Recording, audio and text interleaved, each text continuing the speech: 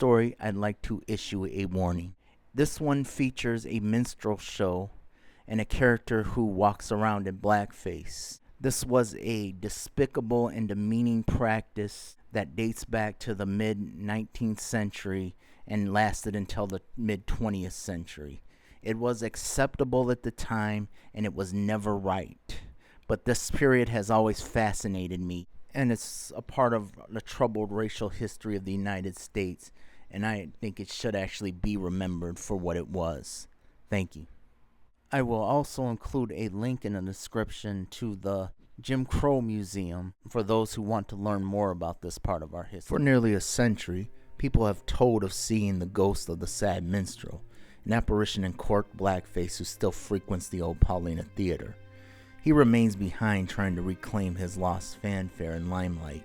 Sometimes he waits from behind the curtain, peering over the crowd and wondering why he never gets his onstage cue.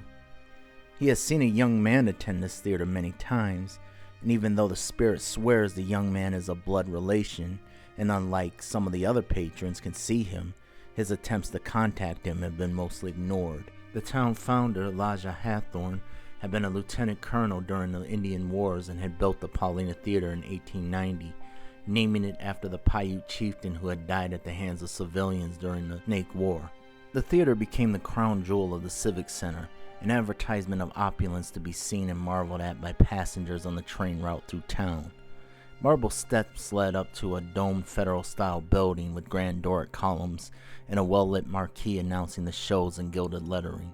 Of all of his buildings, Elijah believed the theater to be his greatest gift and a monument to the town's prosperity. When motion picture machines came to the Midwest, Hathorne made sure that his theater would be one of the first in the state to show the new medium. The lobby of the theater had been carpeted with hand-woven Persian designs, and the amphitheater had been modeled after the Globe Theater in London, with a tier of balconies interrupted by pillars featuring muses carved in stone.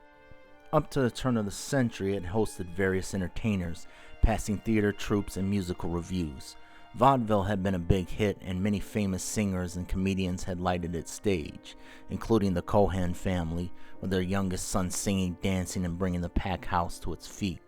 Exactly 50 years to the day, another packed house would cheer Jimmy Cagney's film portrayal of that same performer in Yankee Doodle Dandy.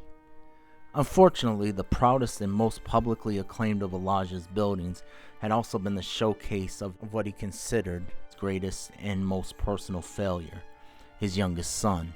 The boy had always been odd, but his father had greater things in mind for him than entertaining the masses. He envisioned the boy, the youngest of three, setting off on his own away from his brother's successes and cornering some new market to further grow the family fortune. That youngest boy, showy and flamboyant, stuck out from the brothers in his lack of ostentatious masculinity. The elder Hathorne had always worried and suspected his being queer, but on his becoming an entertainer, it confirmed his greatest dread. Most nights, after dressing up in his boaters, suspenders, and bow tie, he applied a piece of cork dipped in black shoe polish to his face. He had loved the aesthetics of minstrel performances, the ability to transmogrify his features and play a comic role to much fanfare. Sure, it had been seen as detrimental to the black race, who held no say in their representation and portrayal, most seeing they act as mockery with intent to justify their treatment as a subordinate underclass.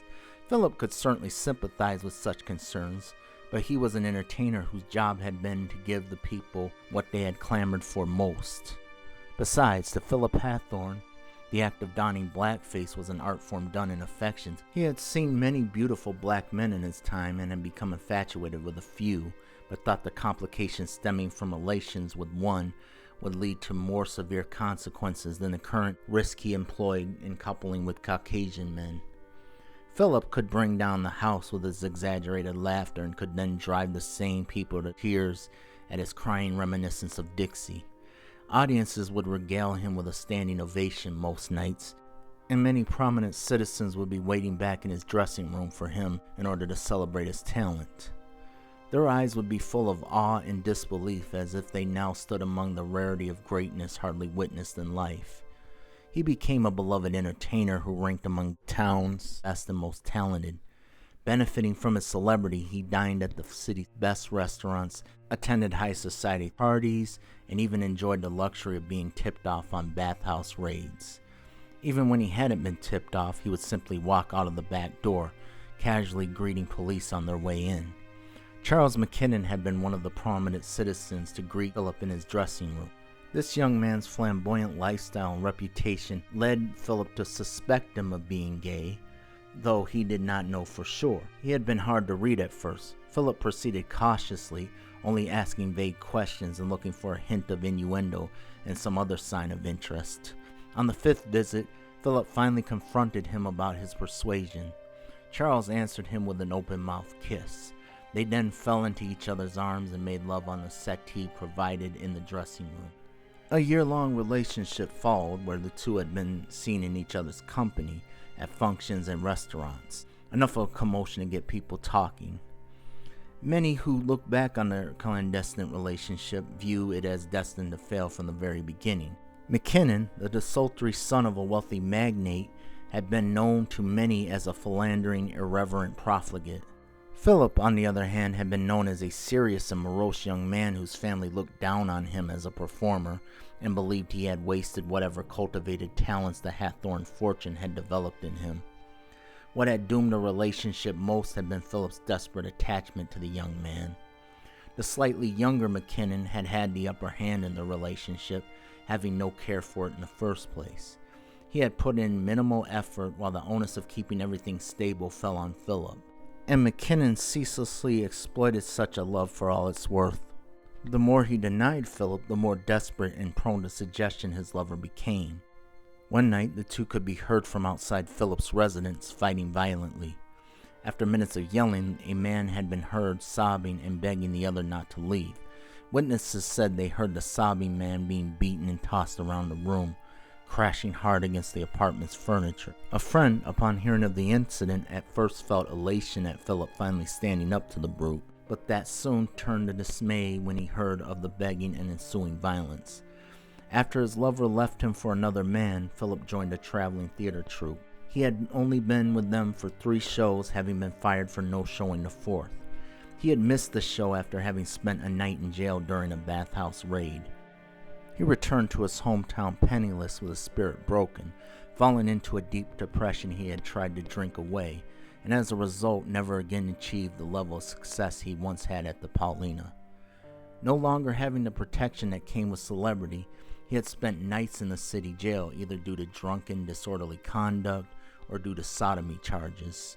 When asking his father for bail money or any kind of loan, the old man slammed down the phone, or whenever he showed up in person, slammed the door in his face.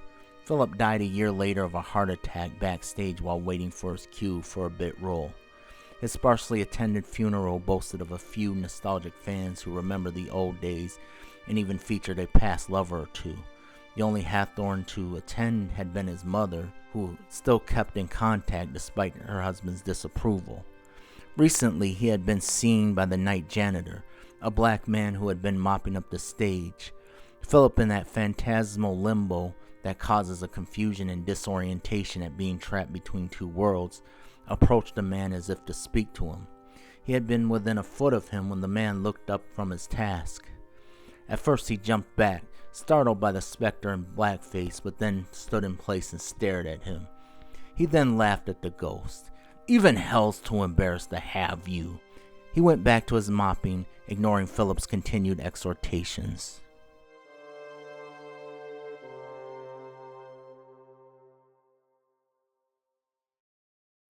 You have been listening to another presentation of The Haunted Scribe. I thank you for listening. This story was part of a novel that I had written before the one I plan to release in the fall. And this one, I had to scratch some of the references to the greater novel in order to have it stand alone. But again, I thank you for listening, and next time, peace.